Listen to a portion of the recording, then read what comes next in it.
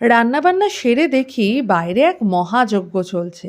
Actually শীতের ফুল আমাদের আনা হয়নি আগে থেকে, তাই জন্য রেডিমেড ফুল বাজার থেকে আনা হয়েছে।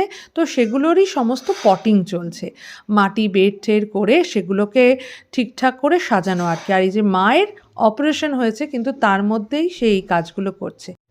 বিয়ের ১৭ বছর পর কেউ আর ফুল দেয় না, এই টব ভর্তি ফুল দেয় সাজানোর জন্য।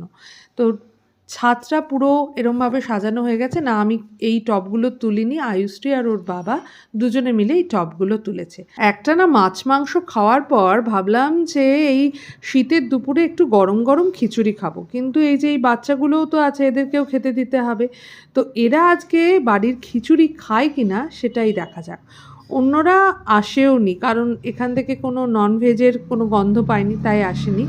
তো একমাত্র এই লাল কুকুরটাই খিচুড়িটা খাচ্ছে, আর সাদা কালোটা ও আর এই দিকের ধারেই আসেনি।